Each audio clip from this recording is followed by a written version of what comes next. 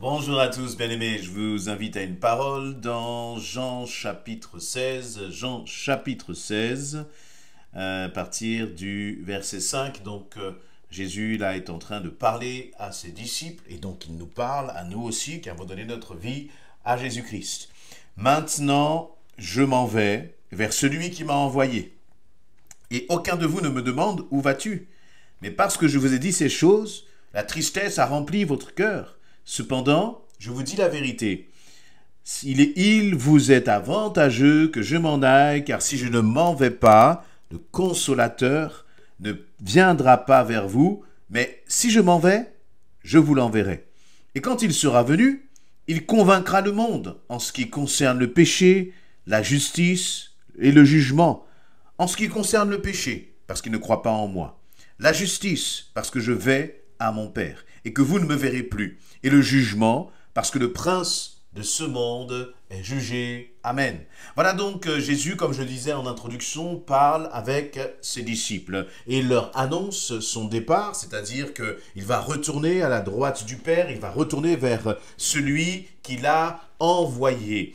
Et donc, Jésus dit, je m'en vais, mais ne vous inquiétez pas, parce que je ne vous laisse pas seul. Je vous envoie le Paraklétos, le Saint-Esprit. Je vous envoie le Consolateur, le Consolateur. Et c'est intéressant et c'est ce que je voudrais que nous puissions voir ensemble, c'est quelle va être la mission du Consolateur. Et pourquoi c'est si réjouissant pour nous en fait que le Consolateur soit là. D'ailleurs, c'est même un peu surprenant et ça peut bousculer ces paroles au verset 7. Il va dire, je vous dis la vérité, il vous est avantageux que je m'en aille. Donc il était plus avantageux pour nous que Jésus remonte à la droite du Père qu'il ne reste ici sur terre. Et pourtant, on pourrait se dire, mais j'aurais tellement aimé vivre du temps de Jésus. J'aurais tellement aimé voir Jésus de mes propres yeux. J'aurais tellement aimé pouvoir le toucher. Et vous voyez, on met beaucoup de choses autour justement de la présence physique de Jésus. Or, Jésus dit ceci, il vous est avantageux que je m'en aille. C'est surprenant quand même, parce que nous penserions, c'est-à-dire normalement, de façon presque intuitive, que il est préférable de voir Jésus du temps de son vivant que plutôt de maintenant de vivre en fait une relation avec Christ qui est purement spirituelle, qui est totalement immatérielle parce qu'on ne peut plus le voir, on ne peut plus le toucher, on ne peut plus l'entendre comme les disciples pouvaient l'entendre.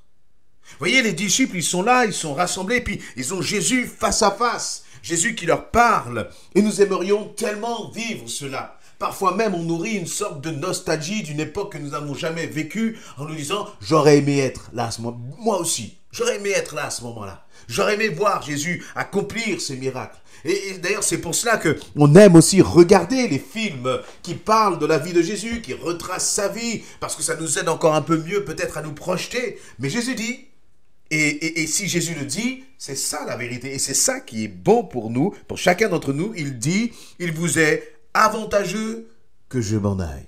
Que je m'en aille. Et pourquoi? Eh bien justement parce que le fait que Jésus parte va laisser la place au Consolateur, va laisser la place au Saint-Esprit.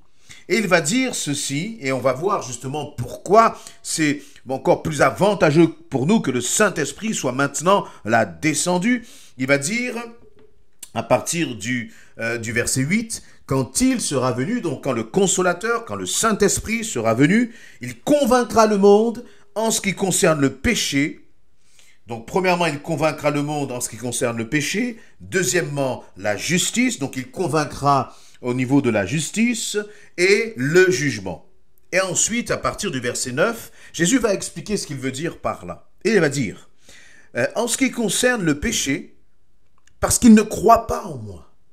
Et là, et c'est d'ailleurs cela, ce verset qui a résonné dans mon cœur et qui m'a amené justement là à vous partager ces quelques pensées. Jésus dit, j'ai envoyé le Consolateur à cause du péché parce qu'il ne croit pas en moi. Combien de personnes autour de toi ne croient pas en Jésus-Christ? Dans ta famille peut-être, parmi tes proches, ton époux, tes enfants, tes collègues de travail, ton voisinage, des personnes que tu portes dans ton cœur. Et il y a cette difficulté parce que ces personnes, elles ne croient pas en Jésus-Christ. Et déjà, c'était une réalité à l'époque de Jésus, parce que Jésus dit, j'envoie le Saint-Esprit afin qu'il les convainc en ce qui concerne le péché, parce qu'ils ne croient pas en moi. C'est-à-dire que les hommes, déjà à l'époque de Jésus, les femmes, la foule, voyaient Jésus. Ils le voyaient accomplir des miracles, et pourtant, ils ne croyaient pas en lui. Ce qui me fait dire que des hommes peuvent voir des miracles. Ton frère, ta soeur, ton père, ta mère, les membres de ta famille, ils peuvent voir des miracles. Et aussi étrange que cela puisse paraître, ne jamais croire en Jésus. Vous voyez, quand on ne veut pas croire, eh bien on peut chercher toutes sortes d'excuses pour expliquer même un miracle. Et donc ce n'est pas le miracle qui va amener les gens à la conversion. Ce n'est pas le miracle qui va amener ton père, ta mère, ta famille à croire en Jésus-Christ. Mais c'est le Saint-Esprit. Et lorsque Jésus est parti, c'est exactement, vous voyez, dans Jean chapitre 16, il y a une dimension prophétique, parce que c'est lorsque Jésus est reparti à la droite du Père, que dans le livre des Actes chapitre 2, on va avoir justement cette première, visitation puissante du Saint-Esprit à la Pentecôte. Et c'est là, pourtant, les hommes et ces femmes qui étaient là le jour de la Pentecôte ne voyaient pas Jésus. Mais pourtant, ils ont été touchés, percutés lorsque Pierre a commencé à ouvrir la bouche. Parce que lorsque Pierre a commencé à ouvrir la bouche, c'était un Pierre qui était rempli de la puissance du Saint-Esprit. Et c'est cette puissance du Saint-Esprit, c'est ce consolateur qui a agi à travers Pierre et qui a touché sa famille. Et laisse-moi te dire que tu peux te réjouir. Tu peux te réjouir parce que si tu vois que ton mari, tu vois que ton épouse, tu vois que tes enfants, tu vois que les membres de ta famille n'ont pas encore donné leur vie à Christ, malgré tous tes efforts, malgré toutes les paroles que tu leur as apportées. Et tu te demandes, mais Seigneur, quand est-ce que les choses vont changer? Eh bien, réjouis-toi, parce que tu peux faire confiance au Saint-Esprit. Mais le Saint-Esprit a aussi besoin de toi. C'est-à-dire que le Saint-Esprit va utiliser ta conduite, va passer à travers tes paroles. Le Saint-Esprit va passer à travers ton humilité. Le Saint-Esprit va passer à travers peut-être ton cœur qui est prêt à pardonner. Le Saint-Esprit va utiliser ton attitude qui est à la gloire de Dieu pour intervenir et pour parler. Le Saint-Esprit tu vas être un instrument. Il faut que je sois un instrument entre les mains du Saint-Esprit, afin que ceux qui sont autour de nous soient touchés. Mais ce qui nous réjouit, c'est de réaliser que le Saint-Esprit a le pouvoir de convaincre les cœurs, même les cœurs les plus durs, même les cœurs les plus incrédules. Il a le pouvoir de les toucher et de les convaincre du péché. Et là, eh bien, ça nous enlève un poids. Seigneur, est-ce que je suis suffisamment bon? Est-ce que je suis suffisamment parfait? Est-ce que je suis suffisamment digne, saint pour que l'autre soit touché? Non, tu ne seras jamais suffisamment digne, tu ne seras jamais suffisamment parfait, tu ne seras jamais suffisamment saint. Mais tout ce que le Seigneur te demande, c'est d'être un instrument entre ses mains. Quand le Seigneur te demande, parle, parle. Lorsque le Seigneur te dit, tais-toi, tais-toi. Lorsque le Seigneur te dit, soumets-toi, alors soumets-toi. Et tu verras que à travers cela, il y a la puissance du Saint-Esprit qui va être relâchée. Ton époux, tes enfants, ton entourage, ceux pour qui tu pries, même qui sont au loin. Le Saint-Esprit n'est arrêté par rien. Et le Saint-Esprit pourra les toucher. Et c'est pour ça que le Seigneur dit, eh bien, le consolateur, lui, il convaincra le monde en ce qui concerne le péché. Et la justice. Pourquoi est-ce qu'il parle de la justice? Il dit, la justice au verset 10, parce que je vais à mon Père. Eh bien oui, Jésus va retourner au Père, mais avant de retourner au Père, il va passer par la croix. Et passer par la croix, ça veut dire que, eh bien, il va donner sa vie pour ces personnes qui sont condamnées, qui sont justement condamnées, pardon. J'aurais dû être condamné, mais parce que Jésus-Christ est passé par la croix pour moi et qu'il est retourné à la droite du Père. C'est-à-dire que s'il est retourné à la droite du Père, c'est qu'il n'est pas resté dans le tombeau, c'est qu'il est ressuscité, il est vivant, il a vaincu la mort et les dominations. Et voyez, même cela, lorsqu'on le dit, eh bien, ça peut rentrer dans la tête et rester au niveau de notre cerveau, de notre intelligence. Mais c'est le Saint-Esprit qui vient et qui brise les chaînes des résistances, qui brise les chaînes de l'incrédulité et qui répand l'amour dans un cœur. Pour qu'une personne qui entend ce message de l'Évangile puisse être touchée. Si tu entends ce message, c'est que le Saint-Esprit veut te parler. C'est que le Saint-Esprit a quelque chose à te dire. C'est que le Saint-Esprit, il veut t'utiliser pour sa gloire. Jésus t'aime. Jésus t'aime et toi qui étais injuste, il t'a fait juste à travers son sacrifice. Mais il n'y a que le Saint-Esprit qui peut te toucher. Si tu cherches la vérité, alors le Saint-Esprit va te parler, Et le dernier point qu'il va citer là, c'est, donc il va parler du péché, de la justice et du jugement, parce que le prince de ce monde est jugé.